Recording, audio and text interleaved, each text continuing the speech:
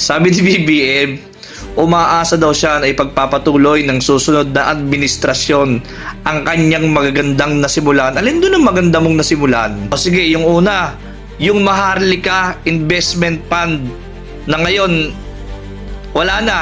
Nawala ng parambula. Hindi na namin alam kung ano nangyari doon, kung nasa na yun. Ano pa?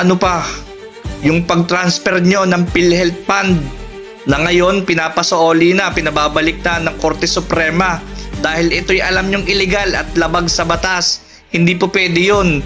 Pero ginawa nyo pa rin. Nasa na yung pera?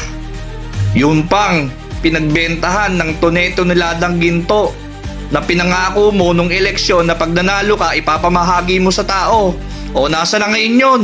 Yun pang flood control na walis tingting lang yata na pinagtusok-tusok sa lupa. Hindi na natapos-tapos. Hindi yata nasimulan na yung pondo nun ay pinaghati-hatian nyo na lang.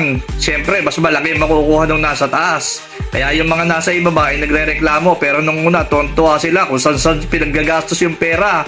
Ngayon, nagkakabistuhan na, turuan na kayo. Yung pag-insulto nyo sa soberanya at korte natin nung ibinigay nyo ang Pilipino sa mga dayuhan na ex-president pa natin. Nagkalat ang mga droga, krimen at kung ano-anong anomalya. Wala namang nakuhuling tao. Sa lagay na yan, may dapat pang ipagpatuloy? Aba wala. Sa totoo lang, ang daming nabago. Oo, may nabago. May nabago sa buhay namin.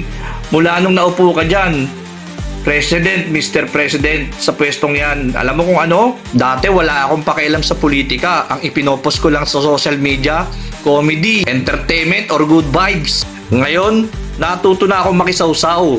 Kasi napakasama ng gobyerno ng Pilipinas. Nakakahiya kahit sa ibang bansa, kahit dito.